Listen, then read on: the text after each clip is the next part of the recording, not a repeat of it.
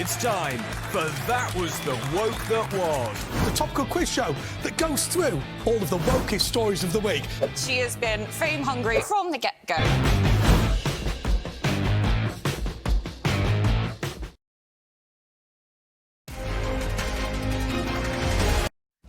And a very good evening to you. We are just on the radio again tonight. Looking forward to your company over the next 3 hours. We're going to be looking at all of the games. Got some great podcasters, fans, journalists.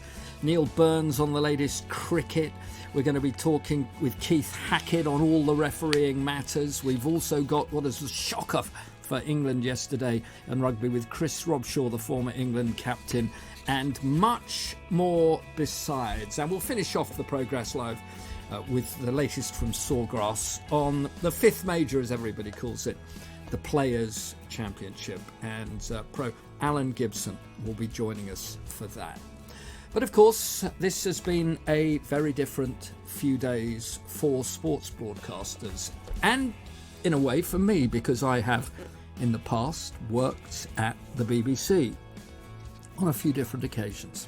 And as weekends go for the BBC, this one has been particularly chaotic. There's been meltdown and no doubt wailing and drama at Broadcasting House. There usually was. But this weekend has also been the first suspension that Gary Lineker has ever been given.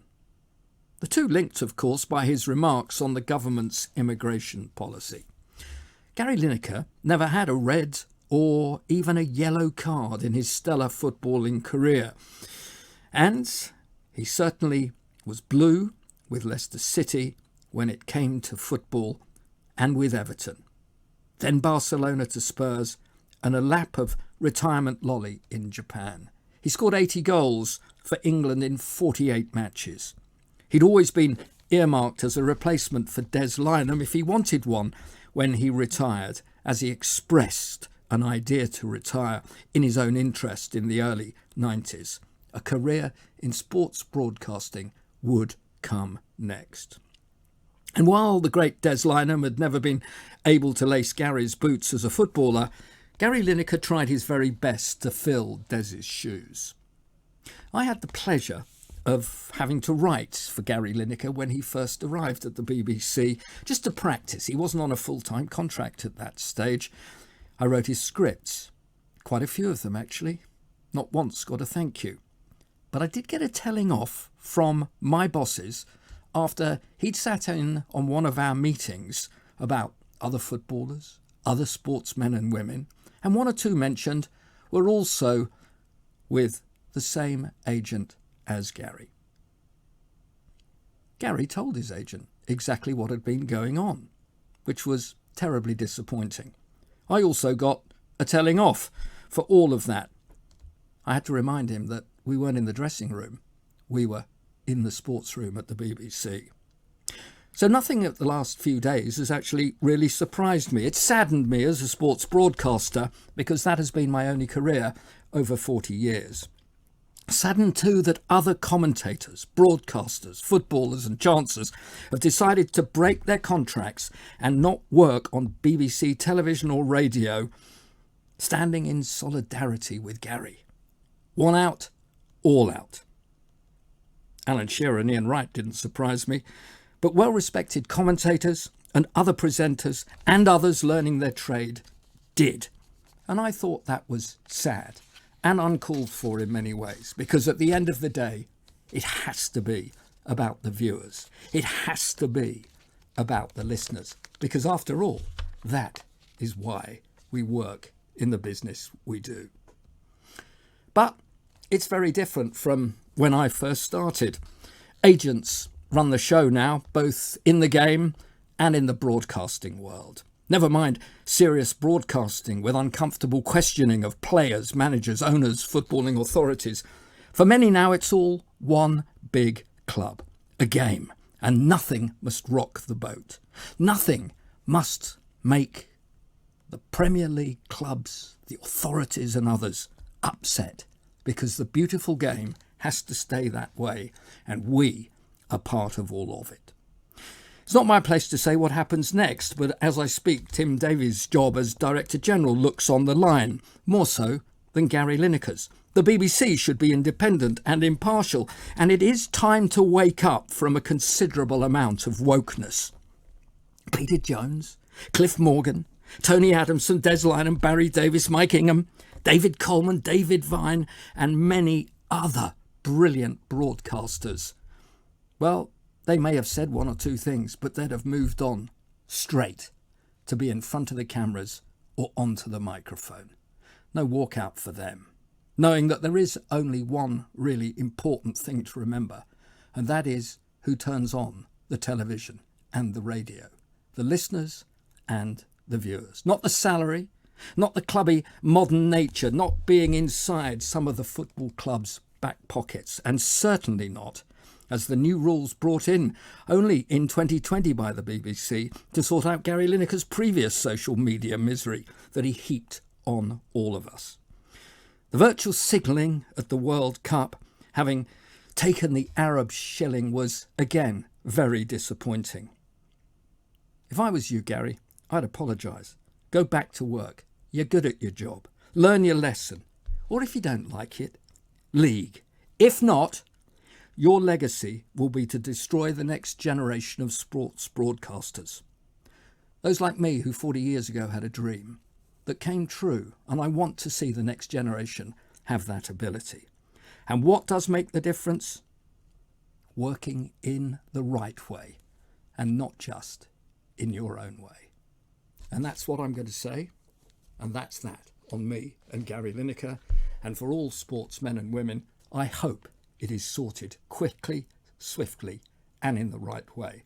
And the nonsense of getting involved in politics at the BBC in that way for sports broadcasters and writers has to be over.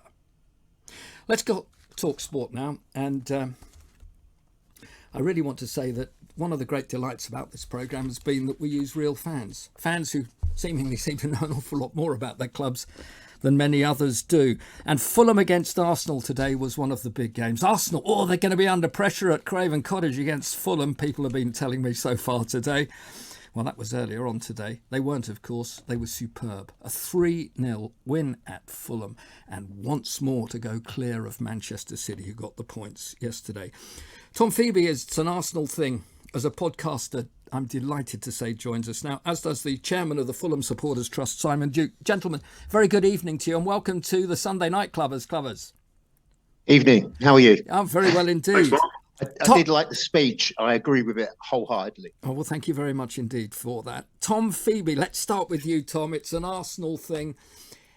What I like about Arsenal now is every time at this stage of any season, if you're in touch or you're up front and not expected to be there from the beginning of the season, as the way that Arsenal have been, you take different tests at this stage. You have to show the bottle, you have to show the quality, the commitment and the discipline. Arsenal was superb again today. Yeah, it was a brilliant half hour. I mean, it was half hour of exhilarating football. For the first 10, 12 minutes, I think Fulham really put the high press on, squeezed the space, and we were going to struggle with that if they kept that up. But after the first disallowed goal, VAR again, Yeah. we're always talking about that. I know. They seemed to get a bit nervous, and the high press went. And we just pressed again and again and again, and our game just went fluent, really. It's been a magnificent season. It really has. I mean, Arsenal fans from last season, there we were down at the bottom, 3 games, no goals, 3 losses. And it's like every day's Christmas, really is. I think one of the other things as well, particularly when you're rebuilding, and particularly with, although Arteta's not completely new at Arsenal, and of course knows the club inside out, you get to a stage where if you are using the youngsters, they suddenly understand, without fear, some of them, of what they've got to do.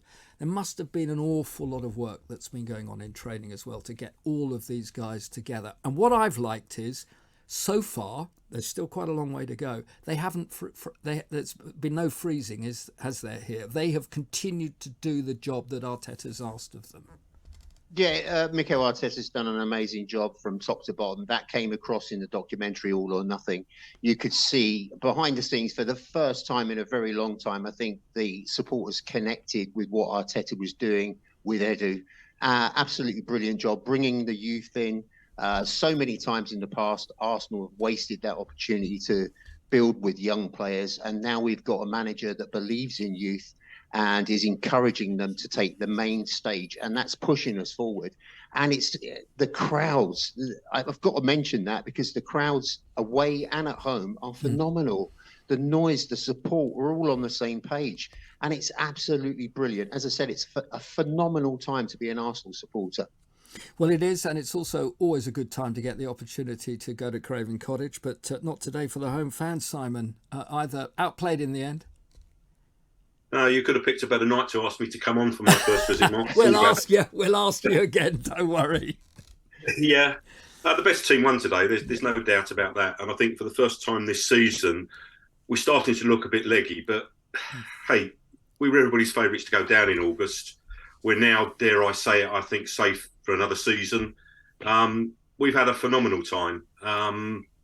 Just a bit disappointing that we can't quite keep up the form we had earlier in the year.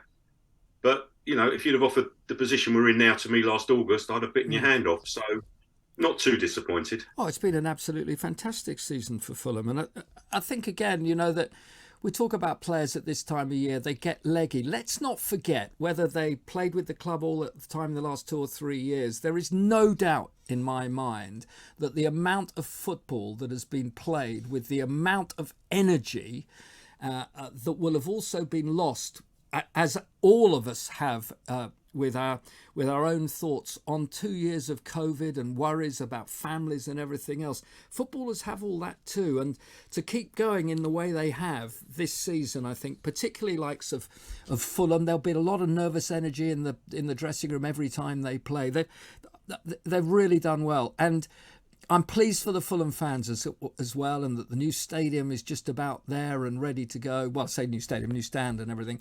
I mean, it's a fabulous place to go, and at the moment they deserve to keep their place in the Premier League.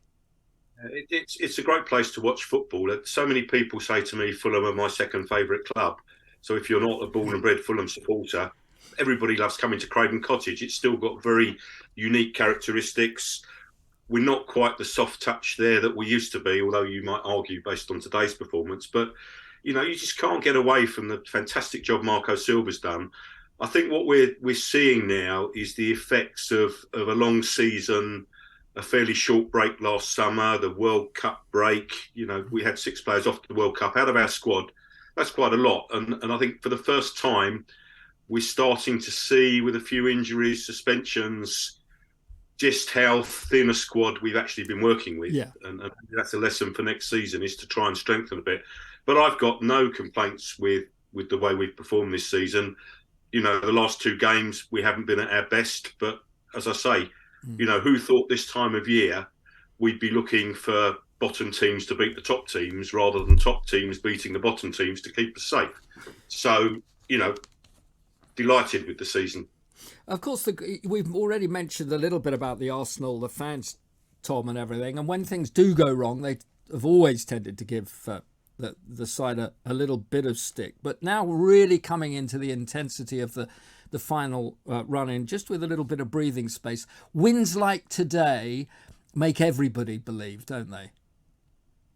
Yeah, it's. I mean, we on the podcast kind of resisted the temptation to say, "Oh, we're in a title race," and I think we did that last week because you just don't know how it's going. So we've left it as late as possible, but it's a golden opportunity. It really is. They come up very rarely, especially. I think we're probably about 2.5 years in front of where we thought we would be. Mm-hmm. And I've just got to say that Fulham's second half was a complete reverse. They played really well. So we could have maybe shipped 2 goals there. Ramsdale had a bit of a blip as well. So hats off to Fulham. They gave us a game. It wasn't the game I expected, but yeah, the fans have been remarkable getting back to that point. They've completely changed the way that supporters act. You can get an incident where someone makes a bad pass or whatever. That's not the be all and end all. Now you still got the support getting behind that player, cheering them on, driving them on. So yeah, I mean, these are golden times for the Emirates. The Emirates hasn't had an atmosphere like this at all. Yeah. The Highbury, they called it the library. Yeah. Well, Emirates, I don't know. I've been there quite a few times, and it's been a dead atmosphere. But I'm hoping to go back soon. I've got 3 kids. We've had COVID and everything else.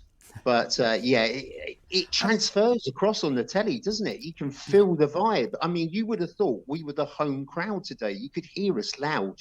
Yeah, I think that's an important point you make, and thinking of the Emirates and that stadium as well. I mean, there have been at times in years gone past that, the crowd have not come back very quickly after half time. There've been quite a lot of tourists in the areas taking photographs and what have you, and there was a sense for a little while as if those that are hard Arsenal fans from the past just thought, you know what. It just doesn't seem to be happening. I'm not going to turn up every week and what have you. But now that seems to be back. And as it used to be, either at the clock end or on the North Bank, really now, it's not just the noise at Arsenal, because I remember that on the North Bank when we used to be able to queue and just go and watch every now and again with my best buddy, Tim. We weren't fans of many of either side, but you'd get up there.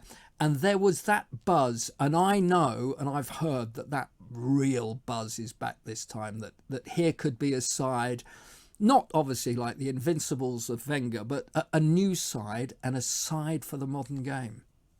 That's what the atmosphere feels like. It feels like the Wenger days when Wenger had his top sides out. The excitement, it's a joy to watch some of this slick, quick passing football. There's lots of ambition with this team. They're a young team. Let's not forget that. If they do fall by the wayside and City do pip us to it, hopefully not. But if they do, I mean, it's been such an amazing season already. We've got so much out of it, and there's so much more that we can get. So, I mean, it's a charmed life at the moment. It certainly is. And as far as Fulham are concerned as well, really, we've talked about what a good season this has been. Have you sensed anything different in the season of the games that you've watched now that you come back to the Premier League again? What is it about Fulham this time that has really surprised you? I think what's different this time, Mark, is we've been referred to as a yo-yo club. I think we've learnt the lessons of the last twice we got promoted. We spent wisely in the summer. We got from Arsenal a very good goalkeeper who seems to instill confidence in the back four. Got him cheap as well. Allegedly. But Tim Ream at centre-half has been a revelation. I mean, the guy's 35 and he's played, I think, almost, if not every minute in the Premier League this season. And I think, the confidence comes from Lino to the back four, and arguably the best signing of the summer is João Paulinho. He is a monster, top tackler in the Premier League, and we've really missed him the last 2 games. I saw a stat on Twitter tonight. Now, I don't know if this is right or not, so I can't check it, but it says when Paulinho's in the side, we concede on average a goal every 79 minutes. When he's not been playing, it's every 25 minutes. And that probably tells you why we shipped 3 goals at Brentford and 3 goals today. Exactly that. Just a word, if I may, with you first, and then a final word with Tom.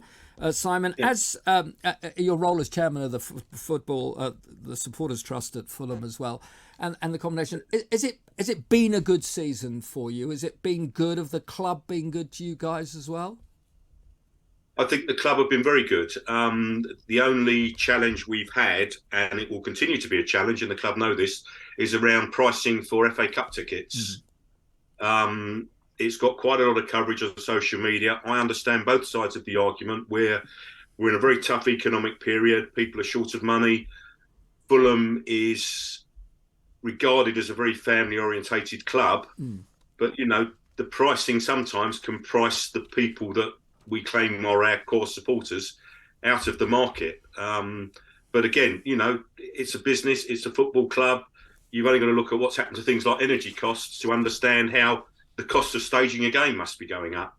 So it's a difficult one. But other than that, we have a good open relationship with the club. We struggle a bit with the ground because I'm sure you've both been there. It is an old ground.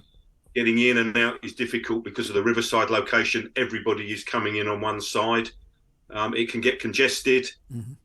Being partly listed, there's not much that can be done to change the actual fabric. So the new stand is very welcome and will hopefully make a difference. Yeah, I'm hoping it will do as well. I'm sure it will do. And Tom, a final word with you too. It's an Arsenal thing to go on and win from here. Oh, absolutely. I mean, it doesn't get better than this. This is a chance that we can't afford to waste. And I think we're in an ideal position. We've got a very young, as I said, and ambitious team, lots of quality. And I think we'll take it down to the wire, even if we don't win it, which I obviously hope we do. I think we've had a really great season, and it's been very entertaining. It's brought the club back to the supporters. Brilliant. And the entertainment DNA is still in place. And by the way, I love Craven Cottage. It's a brilliant little ground. Yeah, and I say that with all respect. It's lovely. It's location and everything. Yeah, it's fantastic. It really is as well. Simon from Fulham. Craven Cottage, all the best, Tom, for the rest of the season. And Tom, thank you very much indeed, both of you. We're talking Southampton up Manchester United next here on the Sunday Night Club on Talk TV.